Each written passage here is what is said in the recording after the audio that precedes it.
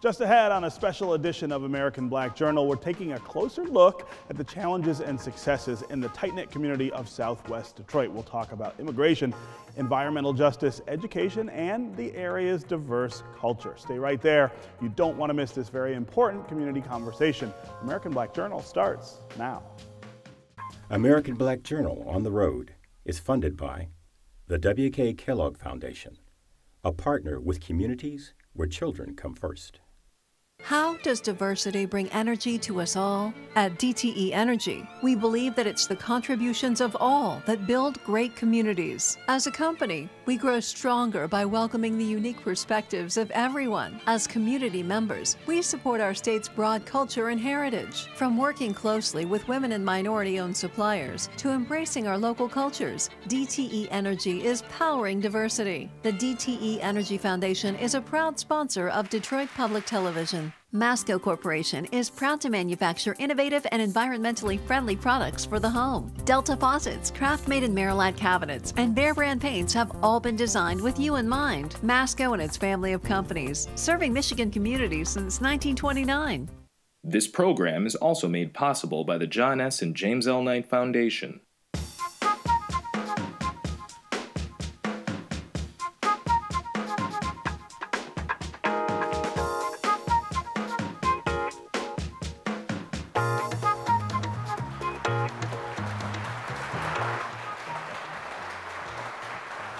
Welcome to American Black Journal. I'm Stephen Henderson. We are coming to you live from the Detroit Hispanic Development Corporation in Southwest Detroit. For the past few weeks, we've been talking with residents and community, religious, and civic leaders to get a better idea of the topics that affect this diverse community on a daily basis. We're going to tackle issues like immigration laws, education, and environmental justice. Plus, we're going to explore this area's vibrant culture and its history. We'd like to welcome our audience members, of course, and we want to invite viewers to join in on the conversation on Facebook and on Twitter. This community conversation is part of our One Detroit commitment to examine the most important issues right here in the city of Detroit. One of those issues in Southwest Detroit, of course, is immigration. The Trump administration has already made efforts to ban travel from Muslim-majority countries and to crack down on illegal immigration. It's hitting this community especially hard because of the large immigrant community that includes Latinos and Muslims. My first guests are experts on immigration. Please welcome Diego Bonasati of Michigan United, Lawrence Garcia from Garcia Law Group, Corinne Salah, an immigration services attorney, and Asha Noor from the Michigan chapter of the Council on American Islamic Relations. Thank you all for being here. As I said up front, we face a very different environment for this question right now than we have in the recent past even. Talk about what that looks like here in Southwest. Well, first it began after the election. So people were concerned. They wanted to know what it meant that Donald Trump was now going to become president. And then you saw the reverberations in terms of policy practice after the inauguration, both implemented by the administration and then individuals kind of taking things into their own hands. Yeah. And the thing that I hear the most about here is just this sort of heightened sense of fear that that you might drop your kid off for school one day and face a question about immigration, or be at the grocery store. I mean, the aggression here is pretty remarkable. Yes, that's true. I think this community feels more keenly than other communities the impact of the change in policy enforcement. And it really is random. In the olden days, we had a bit of a standard practice or a tradition where you had some predictability into what kinds of things would make you deportable and what things would not. Right. But today, that's just not true. Folks go for these check-ins and they're deported, but not with a lot of rhyme or reason. Yeah. So I think that does lead for a level of fear and anxiety that's not like anything we've seen before. Yeah. What about the pushback here? I mean, the idea that that we don't just have to accept this as the new reality. Talk about the things that are going on to try to help people navigate this new environment. So what I've been telling people is to really be prepared. So I tell them which documents to have ready at their disposal, even carry them in their cars, like their children's birth certificates, if they have any medical conditions, to have them in their, just at their disposal. So if they are detained, they're able to quickly deal with the problem. Yeah, you know? yeah. Are you running into people who are asking that question a lot about, look, yes. how do I deal with this if it happens to me? Absolutely. I mean, at least that's most of my consults or people coming in.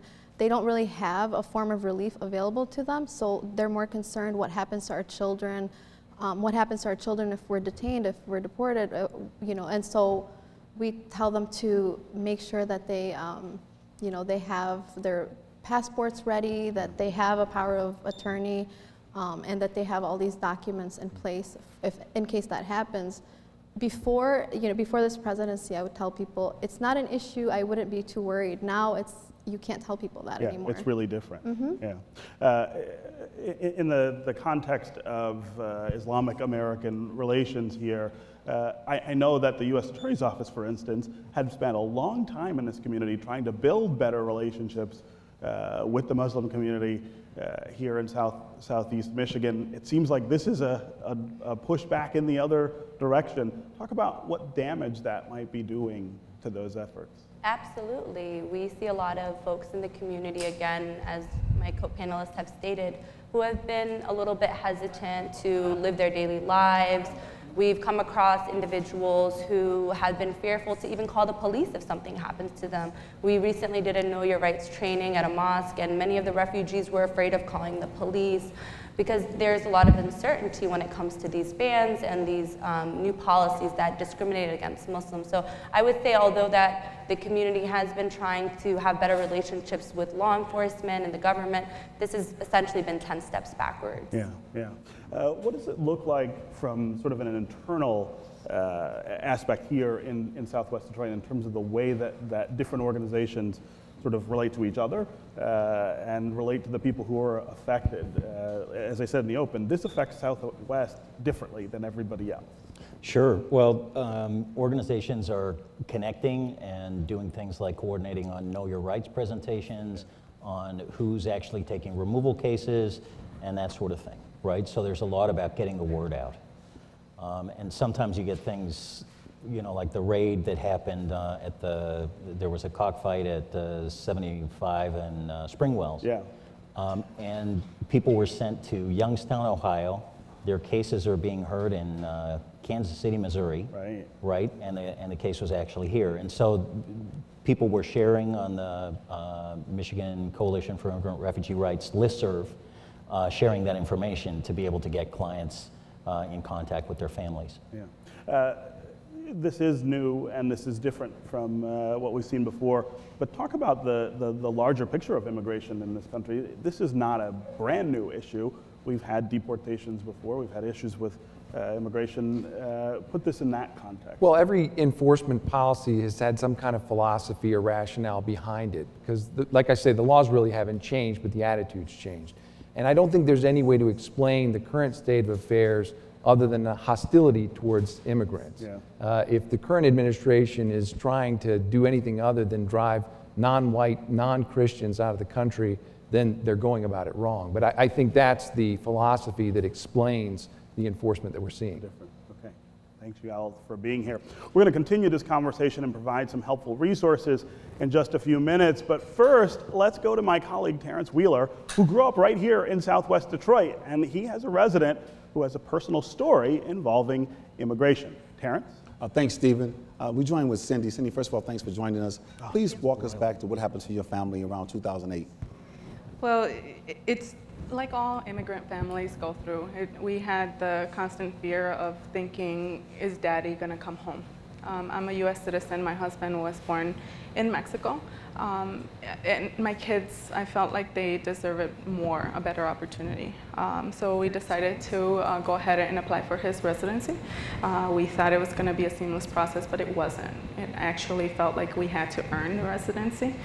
He left on Easter Sunday. And I remember not going to Mass that year because we sat back and cried. We wanted to enjoy our company for a little bit longer. We didn't know how long it was going to take. They estimated about 10 months that it would take for him to, be out of the country. It wasn't a deportation, but he had to leave the country in order to get his residency. It ended up being 3.5 years. So 3.5 very long, hard years. My kids didn't have daddy to take them to soccer practice. He wasn't around for holidays. My life was on hold. Nothing happened, but it was just agonizing. The system is not for families. I felt like it should have been way easier, but it wasn't. It was hard. And so what did that do? What was the children's mindset? How did they cope with it? It's hard for kids. They just wanted daddy home. It's so, you can only say it's almost time. It's almost time for daddy to come home so many times, and they get to a point where they really start to question, is daddy really coming home? Right. And it hurt them.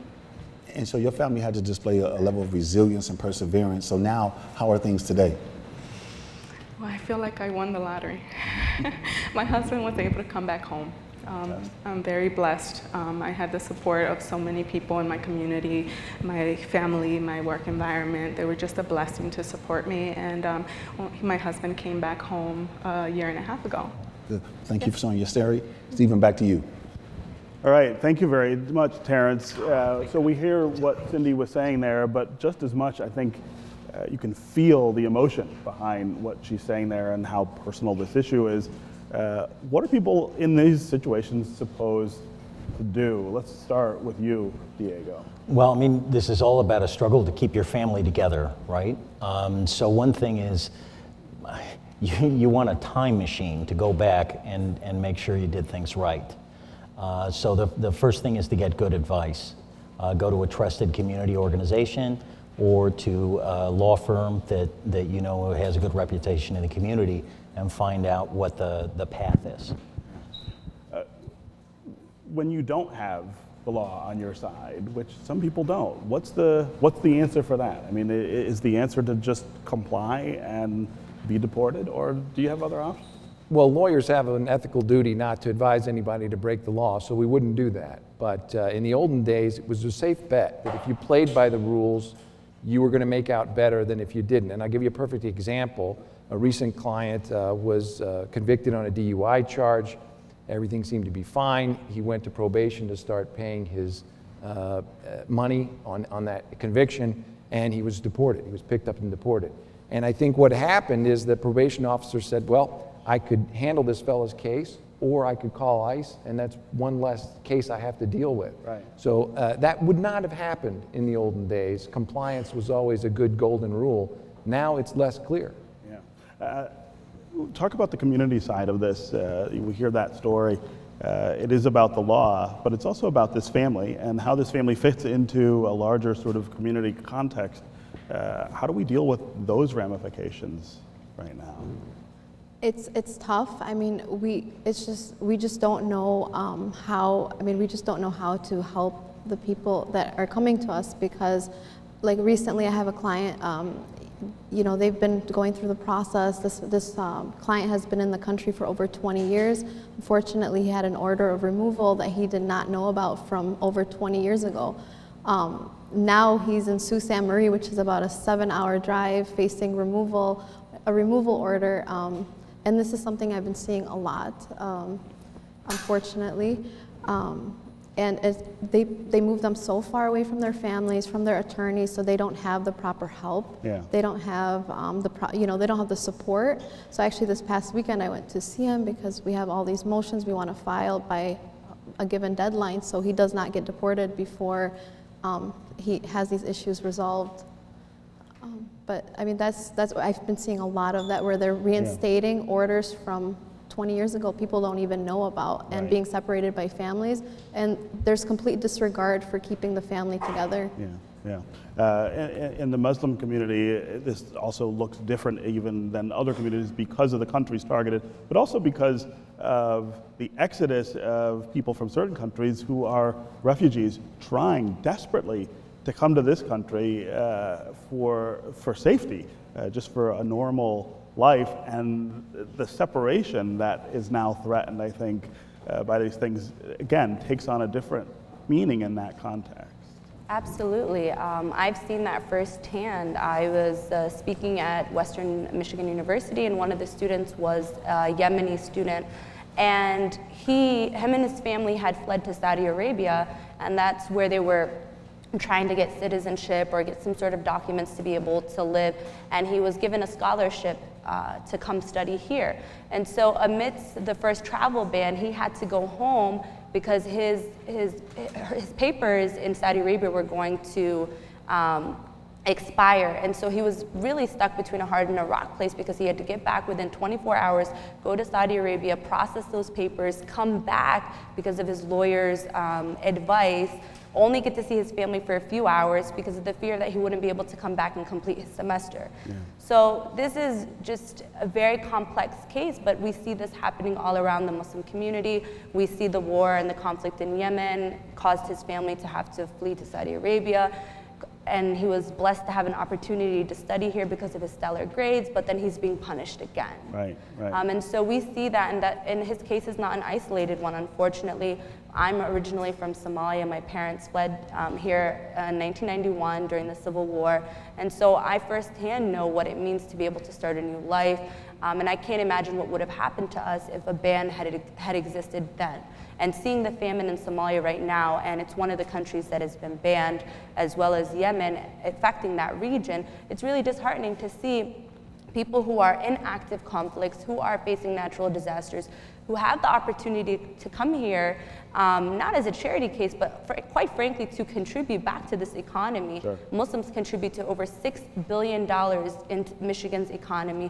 We're over 2.75% of the community as well. We're not just an idle group, we're contributors. And so I think that once people start realizing and seeing that, yes, we're fleeing these issue areas and conflicts, but we're coming to this country, we're building businesses, we're contributing, and we have every right to be here. Yeah.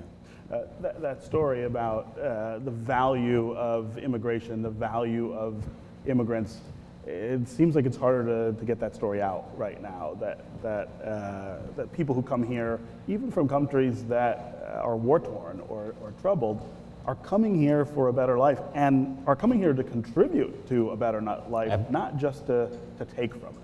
Absolutely. I mean, what I find is that when President Trump saw the video of the children who had died in the chemical attack in Syria, he was inspired to bomb an airfield, but he wasn't inspired to take Syrian refugees. Right. The same people who would knock on our door and say, hey, let me into the United States, he'd say, well, not that, but I will try to, bomb the people who did this to you. Yeah. I think there's an overt and direct hostility, and this country has dealt with it in a myriad waves. You had the Dutch complaining about the English. Sure. You had Benjamin Franklin complaining about the Germans, then it was the Irish, then it was the Italians, right? And so now we have folks of Middle Eastern descent and Mexicans. Yeah. And talk about the long-term sort of policy implications here. I have said for a long time that I think President Obama missed a tremendous opportunity in the early part of his administration to try to tackle this issue and do it in a very different way from President Trump. Now we do have President Trump doing it in the other way. What's the prospect to have a civil and sort of intelligent conversation on a policy level about how we're supposed to deal with it? I think it just has to reach a critical mass. And everybody's favorite grandpa these days is George W. Bush, yeah, Bush 43. And he says that he still believes that a path to citizenship is the only solution to the problem. That you can't deport as many people. It's just not feasible. And regardless of how you feel about it, the only feasible alternative is to develop a path to citizenship. We have too many folks in this country and we need them too much. We can't just boot them all out. So we've got to have a workable solution. Yeah, and the ramifications of deportation have to do not just with the cost of it itself, but of the cost to our economy, the cost to our culture. The idea that you'd take populations who've been here and help make this country and tell them, go somewhere else. But how about the cost of what we are as Americans? We've always been a country that welcomes other and a country that values religious freedoms. And that's how this country was founded. That's what I learned in school. And so I'm not really recognizing the country that we're seeing in this enforcement policy change. Yeah. Okay, well, thanks to all of you for being here. We're going to have all of this information online, along with videos of rallies and community events, and a 360-degree virtual reality video of Southwest Detroit on our website, AmericanBlackJournal.org. Now, let's turn to environmental issues here in Southwest Detroit. According to recent data, the zip code 48217 is one of the most polluted areas in the state. Residents have waged an ongoing war against the contamination of the air, land, and water. Take a look. The CDC sent Dr. Laura Berman in to do a 3-year study. Their samples showed no harmful chemical above the standard, but ours showed that we were off the chain. The Michigan Department of Environmental Quality holds a hearing concerning Detroit's wastewater treatment plant in southwest Detroit. The plant's sludge processing equipment put too many pollutants into the air, so the public gets to comment on the violations. I really feel disheartened about the process. Teresa Landrum has lived in southwest Detroit all her life. There's no notification to the residents when there is an exceedance of a dangerous emission. Here's Rhonda Anderson, who's with the Sierra Club. We've been to literally, I'm going to suspect hundreds of these permit hearings, especially in this area. And that's Dr. Dolores Leonard, the leader of the group. How is that going to impact the workers, some who are here tonight? I thank you. 3 environmental activists, working together for nearly 2 decades, trying to convince the government to do more to protect their community. You know, in the 50s and 30s and 40s, that's when African Americans started to really move into the area. When you look at it, it's all economics. And we, as I keep telling people, we are collateral damage. We're in the way. Who has the ear of MDEQ? Do you think they're listening to a bunch of poor black people, as we've been identified, or Latinos, or people of color, or, you know? No. This most southwestern part of southwest Detroit, inhabited mostly by African Americans, an area known as 48217, the most polluted zip code in Michigan. This little diagram here, it shows all the industries within a 3-mile radius that's located around my zip code. That's 48217. Industry, industry, industry, industry, industry, industry, industry, heavy polluters. This is what we call the black side. When I was growing up, all of this was segregated. So this was the only area that black folks could live in. Rhonda's taking University of Michigan professors and students on one of her toxic tours of the neighborhood. So the fish seemed to be doing good, but I wouldn't eat the fish. They're looking at all sorts of heavy industry, steel mills, oil refineries, the wastewater treatment facility, and the coal-fired plant by the river, where toxins are carried down to Lake Erie. I've been doing these tours for probably 15 years. And really, they are so damn depressing. You know, it's like, when do we win? When do the people win? You know, all you can do is talk about the bad stuff. There's one good thing to show for the activists' efforts, who've learned they have to build a working relationship with government officials. Last fall, the MDEQ installed an air monitoring station behind the new Mount Hermon Baptist Church, with help from the U.S. Environmental Protection Agency. This air monitoring station being put in 48217, that is monumental. The monitor looks for toxins like sulfur dioxide, which can damage your lungs. The monitoring is planned for only a year. After that, who knows?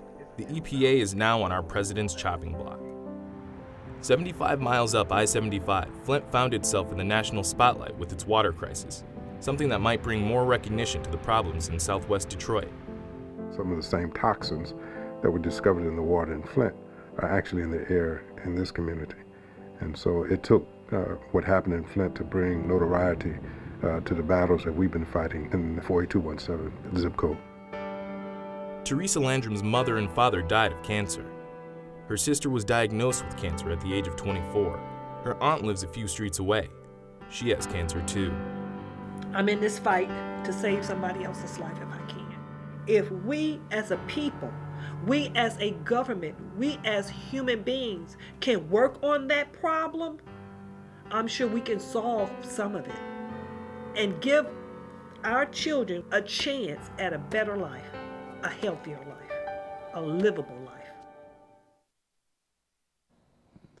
Okay, as you just saw, there are a lot of industries in the 48217 zip code that impact the air quality there. We reached out to one of them, Marathon Petroleum, for a comment. Here's a portion of what they said. Though there are much larger emission sources in the area, we are nonetheless 100% committed to continually finding ways to reduce our emissions further. In about the last 15 years, we have reduced our emissions by more than 70%.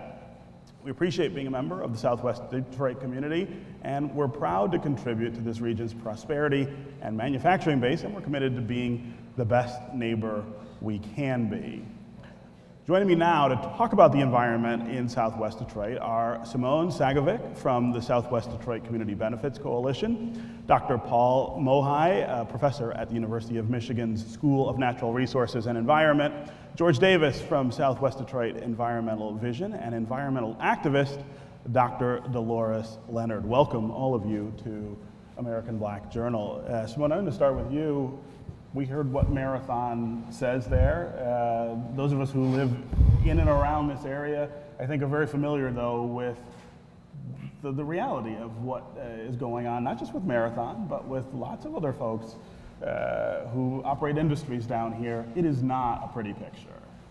Yeah, it's not a pretty picture, and a lot of people in outlying communities just aren't aware of the daily struggle that we have with industry. I mean, of course, people appreciate the jobs that industry creates, but many people don't realize those cumulative impacts from all the industries together. We single out one, we talk about one at a time. I recall last year, I don't even think we got through the spring, and the community had already had to go to 6 permit hearings to try to make the community better through that process, and it doesn't work out very well for the community always. Right. These are historic tensions in this area, this idea that this grew up as an industrial area a very long time ago, but it was also always an area where you have people who live. To put that in some context, I mean, how common is it for those tensions to exist in a community, and what's the right balance to strike between those two things? You. Oh, Dr. Mo. Oh, thank you. Well, yes, the Southwest Detroit area, I should say, the 48217 has the highest concentration of industrial air pollution in the state, and that was based on data from the US EPA from their toxic release inventory. And my colleagues and students and I aggregated those data by zip codes, and that's how we discovered that 48217 was the most polluted. But having said that, the surrounding zip codes are also very polluted. And on top of that, those zip codes also exist in the only sulfur dioxide non-attainment area in Michigan. So there's a lot going on in that small area. Also, data pertaining to cancer risk and respiratory risk also shows that the highest levels are in around that area. And it's easy to see once you look at aerial maps or you look at the maps that we've been working on, how close, first of all, how big the industrial areas are in the first place, but also how very close they are to the people. And one of the maps we saw in the video was one of the maps that we did, and we found that there were at least 50 industrial facilities just within a 3-mile radius of the center of the zip code. So that's a lot of industry and a lot of sources of pollution there. Yeah. I hear a lot of people say the industry's been here a long time. They're residents of a sort. Why don't the people here just move to another part of the city? I would imagine that rubs you quite the wrong way. No, it's an interesting piece because people have a right to live where they choose to. Sure. And I think the concept around empowerment of residents in terms of expressing their thoughts, their feelings, and to take action is key. I think at the Southwest Detroit Environmental Vision, we've tried to empower residents to be involved, to give them good information, and then to turn from there to argue for policies that make better sense, and then to do things that make their gardens and their homes and their neighborhoods cleaner, and doing that in partnership with businesses and government officials and other volunteers. And what about those partnerships? I mean, how willing are the industries to participate? I think you find a lot of those industries willing to participate as it complies with regulations, but also with incentives. One of the things that we've done is help to reduce the pollution in the area through targeting mobile sources, where we've been retrofitting diesel engines with trucks that come back and forth through the neighborhood with these more cleaner engines, and that allows them to be less of a polluter as they go through their day-to-day. Yeah. Dr. Leonard, we heard a little in the piece about this term, environmental racism, the idea that that this is driven by the historic inequalities that we've seen in this country from the beginning. I'm curious what your take is on how much that drives this problem. Would this happen, for instance, in a community that looked different? What did happen? Would this happen in a community that looked different than this one? I'd like to go back to a question that Sure. you asked him. Answer the question. Why do people still live in the area? Right. And why have they not moved? Sure. And when I'm asked that question, I always say the cemetery is nearby. And so you have That's where you go roots. see your loved one. You have roots. Yeah. And so you don't want to leave. And so if you were born in River Rouge or Ecorse, many of the people who live in 48217 migrated there from River Rouge or Ecorse. And so they have roots there, and they know everyone, and it's comfortable. Right, but what's then the solution to them staying? What's the solution to them staying long term and not being subject to this kind of pollution? These industries have been here a really long time. It's a matter of fighting for what's mine, and fighting for justice, because I feel it's injustice. And at the same time, I do remember as a child seeing a rust-colored sky coming from Great Lakes Steel, thinking that was normal. And I was in my 40s, I think, before I realized that was not normal. Yeah. And so you grow up expecting certain things to be, and then you find out that's not true. That it doesn't work. And then you start fighting. And why do you continue to fight? Because you know it's right because and it's just. home, and because it's home. Yeah. Yes. Yeah. All right, thank you all for being here with us. Again, be sure to check out additional information, behind-the-scenes pictures, and videos at AmericanBlackJournal.org. One of this area's most prominent business owners and role models is Frank Venegas Jr. As you're going to see in this next report, Venegas has given hope to many residents here in Southwest Detroit, and he has a particular passion for education.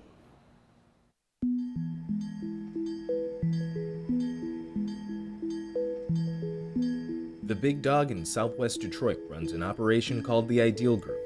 He's Frank Venegas, whose cluster of factories fabricate construction components and an assortment of plastic and steel products you'll find around buildings and on construction sites across the country. Frank is living the American dream where his grandfather planted roots 100 years ago. He always told me, he says, do what your boss doesn't want to do, and you'll get his job every time. Venegas grew up a child of the 60s, but when the chance came to step up in the business world, he was ready. He just needed some seed money when he heard about a raffle to win a brand new 1979 Cadillac. I knew I was going to win it. My wife was pregnant, and we just bought our first house. We really didn't have the money, but we were going to go, and we knew we were going to win. He sold the Cadillac for $12,000 and began working for himself. My first ad, this was in 1979, I was selling culverts. And he did steelwork for buildings, based near Brighton in Livingston County. He put together a production crew that included Darryl Palms, who stepped out of prison and into a job on the production line. Palms has been with Ideal for more than 20 years and says without his job, he would have been lost to the streets.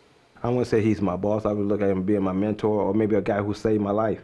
There's a picture of Hank Gary. That's Hank with Hank Aaron. Frank's decisive moment came after talking to former Detroit Tiger Hank Gary. Gary owned Mexican Industries in Southwest, a thriving automotive supplier. And Hank was our friend, and Hank said, man, you need to come down here, Frank, because this is where you grew up. This is where your family's from. I mean, he wasn't real nice to me. You know, he said I was chicken. Frank set up shop on the site where GM used to build Cadillacs. The Cadillac Clark Street plant was, this is 1955, it was considered the most modern manufacturing plant in the world. Street gangs had the run of the neighborhood until Ideal came in. Frank didn't put up a fight. Instead, he sat down with them. I mean, I don't want to use the word ghetto, but it was tough. And when the four gangs sat down and talked to us, they come up with the same thing that they wanted. They wanted opportunity to work. Frank gave them jobs with benefits, which for some turned into careers. Ideal continued to grow, now working on construction projects like the new hockey arena. But this is a diversified operation. While doing steelwork at a factory, Frank got an idea. They were painting bumper posts, and they were painting bumper posts because they needed to paint them yellow for the safety, and they were getting ready for the big bosses to come in. Why not just slide a plastic cover over it? This is for McDonald's, and you can imagine how many of these we sold at McDonald's.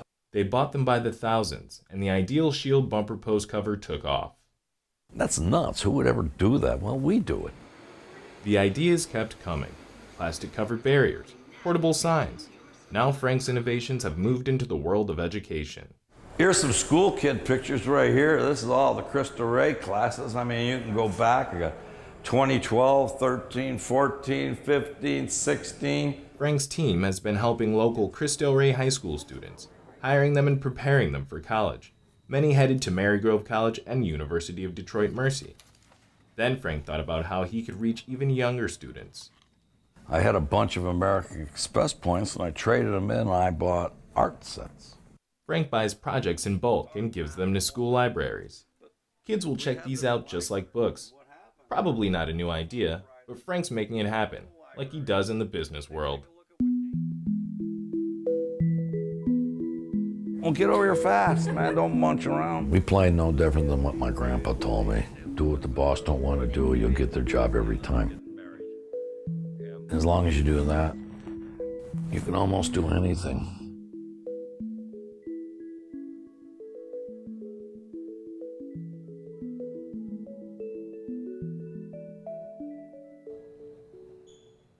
What an inspiring story. In addition to private schools like Detroit Cristo Rey, families in Southwest Detroit can choose from public and charter schools. The community has one of the largest populations of young children and teenagers.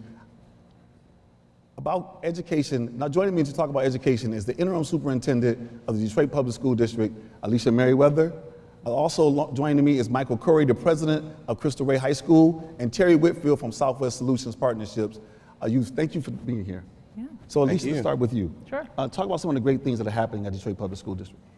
Well, where do I start? We've got a lot of great things happening with Detroit Public Schools Community District, not the least of which is the fact that a year ago, we were in a very different spot than we are right now. And I take great pride in the fact that in the last year, we've come out of financial distress.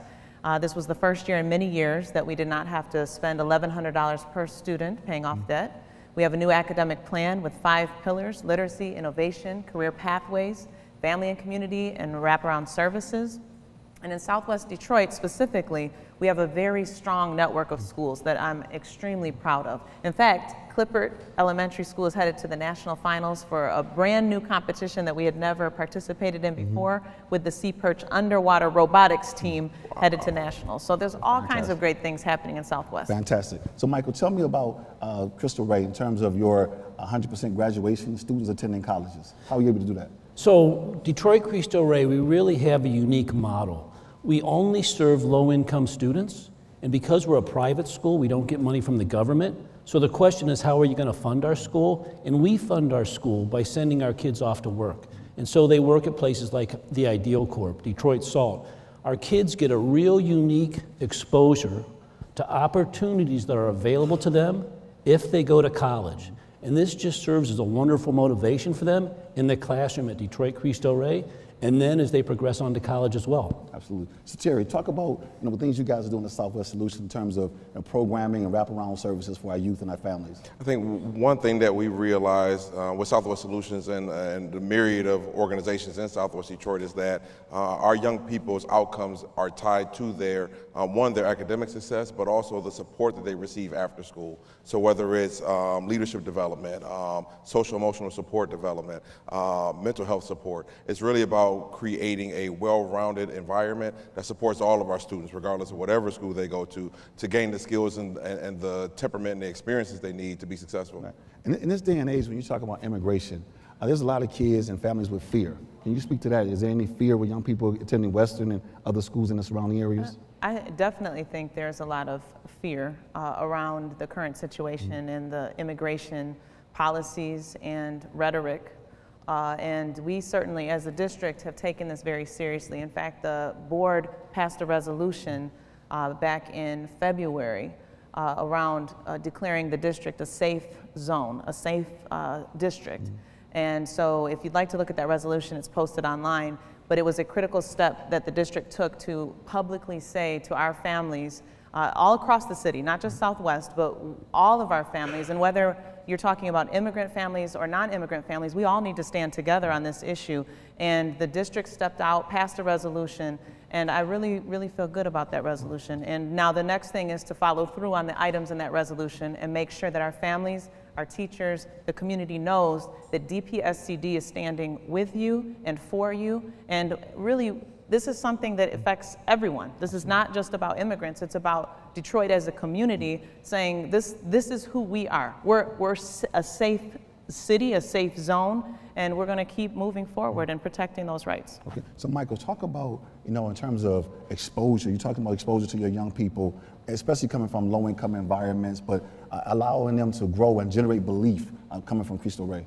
Well, it's impossible to overestimate the impact that the corporate work-study program has on our students.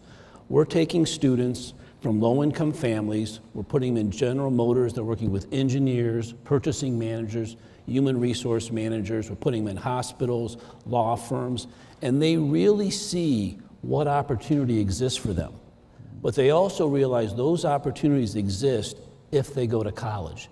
And then the people at our partners, they really embrace our students, and they're very supportive. They're encouraging of their schoolwork, and they're encouraging them to go to college. And in fact, many of our partners are doing this with the intention of hiring our students after they graduate from college. Absolutely. So Terry, speak to some of the things that the community can do to help Southwest Solutions Partnerships. What can we do as a community? I think as a partner, as a community, is really having a listening ear to our young people, not pushing them in the direction that we think they should go, or pulling them to where they've obviously made it known they don't want to go, but really listening to them with an ear to understand what they want to be, what they want to accomplish, what their interests are. And then again, one of the strengths of Southwest Detroit is the high concentration of nonprofit youth-serving organizations that are here. So regardless of whatever their interest is, really being a guide to them to finding that interest and fulfilling that dream. Because collectively, if we can eliminate some of the non-academic barriers, our children can be successful. In our community, we don't need saviors, we need more servants in our community. So Alicia, speak to Western, the growth at Western High School, the growth at Earhart. Both of those schools have shown tremendous growth, and I think part of it can be attributed to the wraparound services and the attunement that the leadership have taken at both of those schools to be aware of the barriers that exist for students, and then working very diligently to line up supports for both students and their families to address those barriers. I mean, that is really what public education should be about. It should be about identifying barriers, removing them, so that students can achieve what they're capable of achieving. We know that our students are capable, they have all of the potential in the world. Our job as adults is to remove those barriers and to work together to make sure that that happens. Absolutely, because it seems like that corridor is just booming. That corridor is really one of the fastest growing populations in the state, and just a lot of great things are happening. So the environment has to be conducive for young people to learn. It really is. It's a great neighborhood. We love being there. It's very vibrant, and I think our students recognize that they're part of something really special in Southwest Detroit. Yeah. So Terry, lastly, as we talk about programs and helping young people, some of the other programs you guys do as far as renters assistance and educational services. So Southwest Solutions is vast in terms of the capacity that we provide communities and individuals to not just deal with their current situation, but when you think about moving forward and really bucking the trend that might be there for low-income environments, it's really about gaining the skills and the support that you need to move forward. Thank you guys so much for being here. Appreciate it. Great conversation. You could talk about Southwest Detroit without mentioning the amazing culture, history, diversity, this community, from the arts to business to restaurants. The neighborhood is a true melting pot. Let's take a quick tour.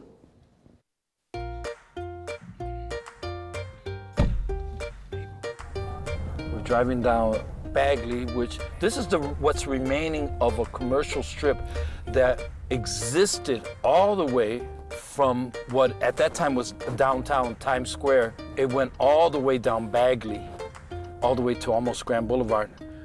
This is what's left of that economic strip that was the heyday in the 50s, early 60s, all the way to almost Grand Boulevard. Two expressways kind of broke it up. John C. Lodge, and later on in the mid-60s, the Jeffries. You see that tunnel right there? Right there. That's a train tunnel to Canada. I used to see undocumented white folks come across from Canada from there. Yeah, when I was a little kid. This is the oldest neighborhood in the city of Detroit. It's real interesting. Corktown is a neighborhood that real estate prices are jumping off the hook. A lot of professionals and even more than professional, well-to-do individuals live here. There's fancy restaurants like Mudgee's and all of that. But when I was growing up, it was definitely a very poor neighborhood. Used to play handball against this building right here. It was a glove factory. You can see in the corner over there, Michigan and Trumbull. Left side is what's left of the old Tiger Stadium.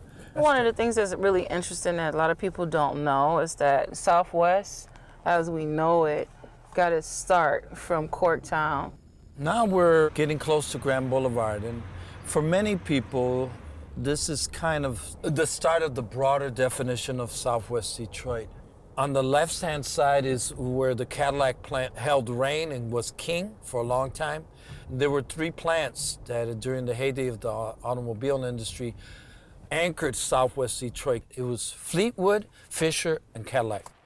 We're driving through what's increasingly becoming a Yemeni community. Folks from Yemen, part of the Arab American world, have settled in this neighborhood and also Southeast Dearborn. The store we just passed is an Arab and Mexican store. You're not going to see that in a lot of places. No. Arab Mexican store. Passing through that overpass, we're essentially in an African American community. Schaefer, a lot of folks would have called this the original Southwest Detroit back in the day. The old name for the neighborhood used to be Visca Road. This was the home to a very well-established, stabled, working class and middle class African American community. Werner, on the weekends, well, any time of the week is a hopping place. Certain times of the day, certain parts of Werner, it's faster to walk from one block to another. So Werner is our Woodward. And a little bit more crowded. And murals are a very important part of the cultural fabric. Southwest Detroit, they got a variety of food. You got Dominican, Puerto Rican, Mexican, Honduran. I mean, it's just, the list goes on. Here we are at Clark Park. It's kind of a spiritual center for the community. This park was actually closed by the city early 1990s. And a group of community activists formed the Clark Park Coalition. And over the years made sure that it was well maintained, became a star within the Detroit Parks and Rec system. Okay, as you can see from the video, this is quite the interesting community. My next guests are closely connected to Southwest Detroit. Steve Tabachman is director of Global Detroit, community activist Hanan Ali Yahya, Angela Reyes from the Detroit Hispanic Development Corporation, and Wandalo Anderson, a resident in the 48217 zip code. Welcome all of you to American Black Journal. Steve, I'll start with you. Your personal story is one of my favorites. You lived here moved away and then moved back to Southwest Detroit. Like, it has that much pull on you. Over Indian Village. So I know I have some friends from Indian Village in the audience, but there's more culture, diversity, action, great neighbors, people who are passionate, great food, great music, and it's just a wonderful place to live. Yeah. With all the challenges that you guys have been talking about, you know, immigration, those are our neighbors' families who are being ripped apart, and some of our families, the environmental justice issues, but it is still, I think, the best place to live in all of Michigan. Your work at Global Detroit is really focused on leveraging the great diversity that we have in places like Southwest, increasing that diversity through immigration to make the community stronger.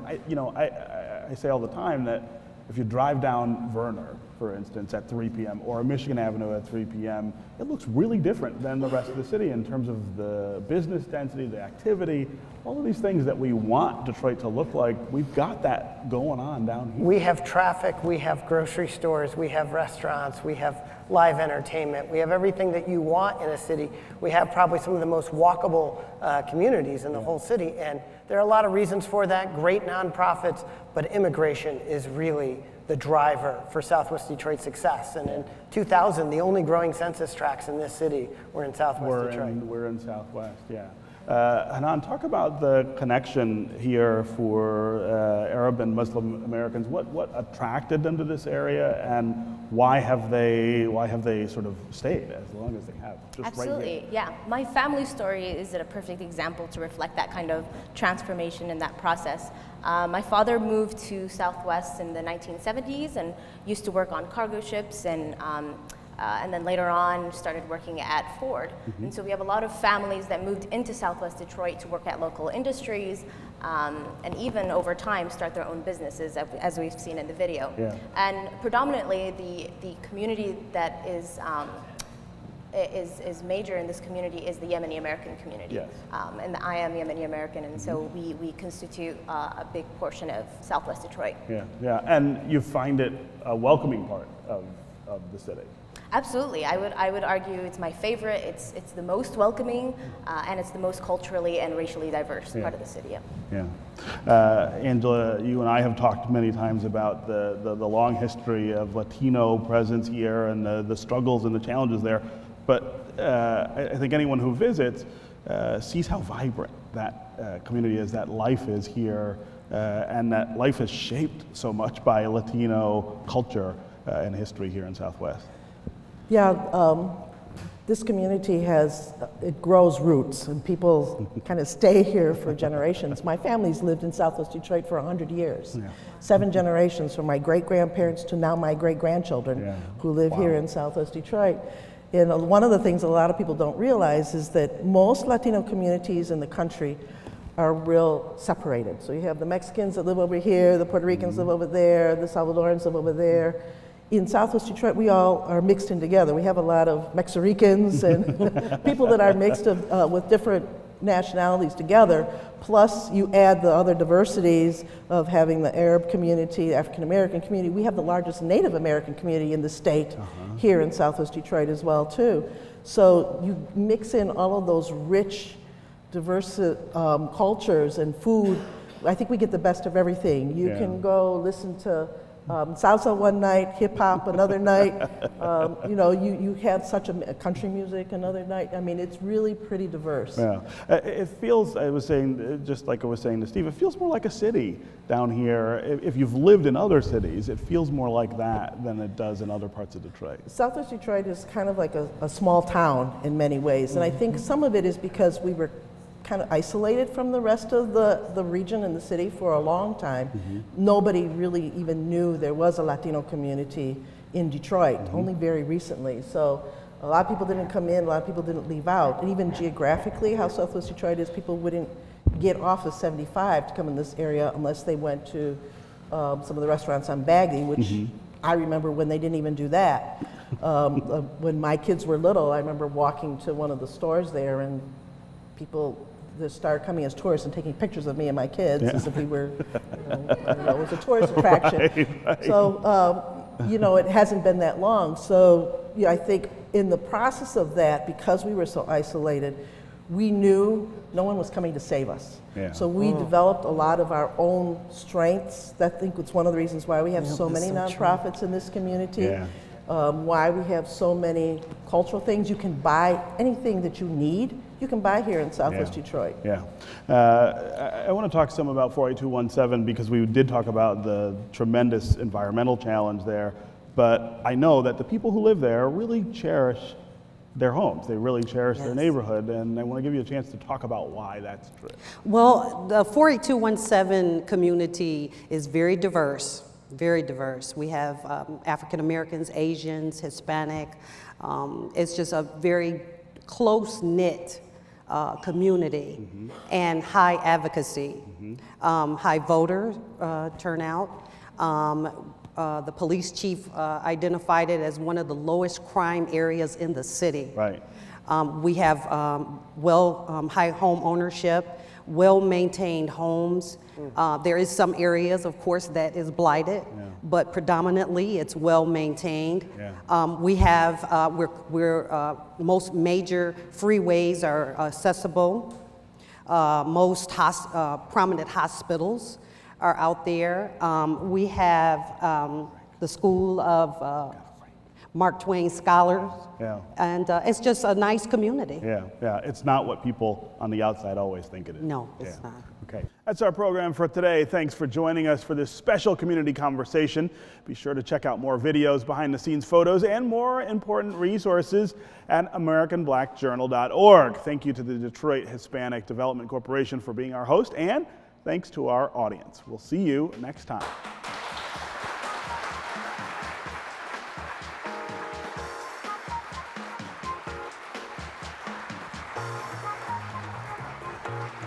American Black Journal on the Road is funded by the W.K. Kellogg Foundation, a partner with communities where children come first. How does diversity bring energy to us all? At DTE Energy, we believe that it's the contributions of all that build great communities. As a company, we grow stronger by welcoming the unique perspectives of everyone. As community members, we support our state's broad culture and heritage. From working closely with women and minority-owned suppliers to embracing our local cultures, DTE Energy is powering diversity. The DTE Energy Foundation is a proud sponsor of Detroit Public Television. Masco Corporation is proud to manufacture innovative and environmentally friendly products for the home. Delta faucets, craft-made in Merillat cabinets, and Behr brand paints have all been designed with you in mind. Masco and its family of companies, serving Michigan communities since 1929.